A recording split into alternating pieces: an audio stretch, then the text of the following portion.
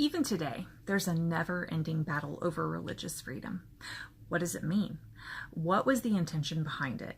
If only Thomas Jefferson were alive to tell us, we may have a better understanding. Of course, even the very words from his mouth may not resolve the dispute over religion and its place in this country. Thomas Jefferson was a man whose own religious beliefs were a private matter. He didn't speak publicly about them, and once he stated, "Religion is a matter which lies solely between man and his God," that he owes account to no other of his faith or his worship. He even warned a correspondent once, "Say nothing of my religion. It is known to God and myself alone." One reason Jefferson was so private in his faith was that he had a certain suspicion that politicians used religion to get ahead. He felt a man's reputation should reflect his actions, not his words. Thomas Jefferson was born on April 13th, 1743, in Shadwell, Virginia. He was raised in the Church of England, which was the established church of colonial Virginia, and he was baptized there. An important note is that the church became the Episcopal Church after 1784. His father was a vestryman, which was both a religious and a political position within the church. And as a young man, Jefferson was elected as an Anglican vestry, and Jefferson was married in the church, and his own children were baptized and married in it as well. It's interesting to note that all these events were documented in Jefferson's Anglican Book of Common Prayer, which was handed down to him when his father passed away. Jefferson was also educated in both the Church of England and by an Anglican minister. As an adult, Jefferson served in the Virginia legislature during the Revolutionary War. In 1774, he wasn't able to attend the Virginia Convention due to an illness, but he sent a paper that was later published and entitled "A Summary View of the Rights of British America." It prompted the convention to elect Jefferson to serve in the Continental Congress. He was then entrusted to draft the Declaration of Independence. Jefferson is probably best known for drafting that document and his example of liberty, equality, and faith in man as a leader. What is equally important, and in my opinion, is his legacy, was his writing of the Virginia Statute for Religious Freedom.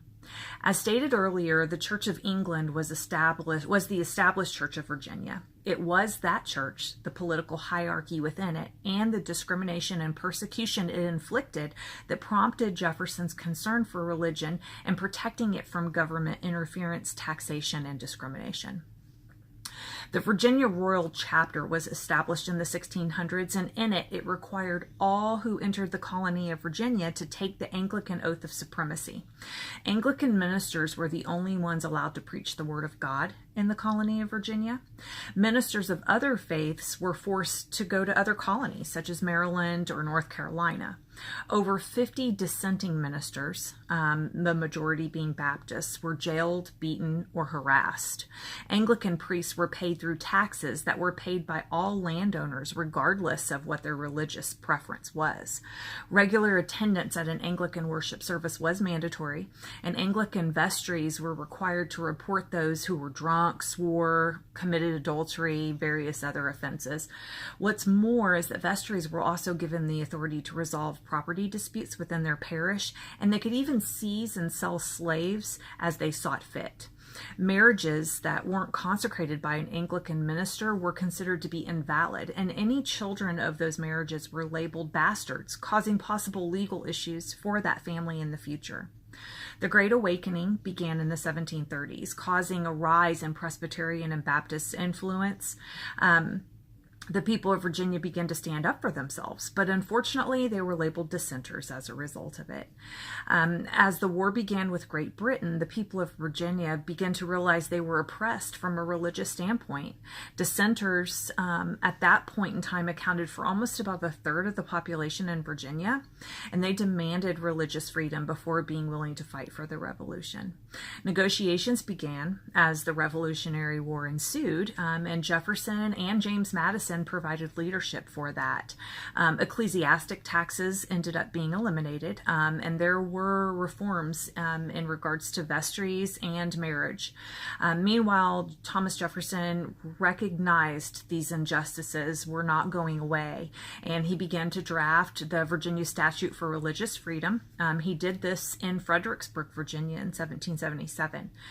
He did introduce it to the Virginia Assembly in 1779, but it failed to be adopted at that time. Now, once the Revolution was won, although progress had been made, the Anglican Church attempted to strengthen their church once again. They proposed a general tax on all Christians. It was suggested that it would benefit Christians of all denominations.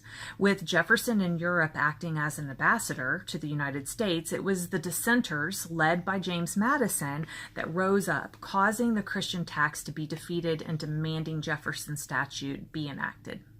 Passed by the Virginia Assembly on January 6, 1786, Jefferson's statute is essentially a document that encompasses both freedom of conscience and the principle of separation of church and state.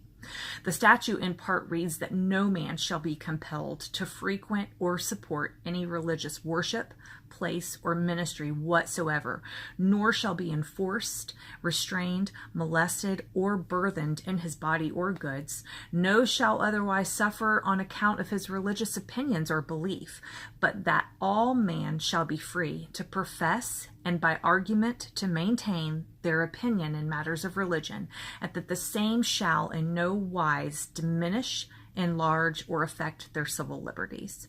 In 1835, the Vermont Patriot and the State Gazette printed the following: "Who but Jefferson could have so clearly defined the inalienable rights of mankind and the legitimate objects of government? What other statesman could have broken down at once the connection between church and state?"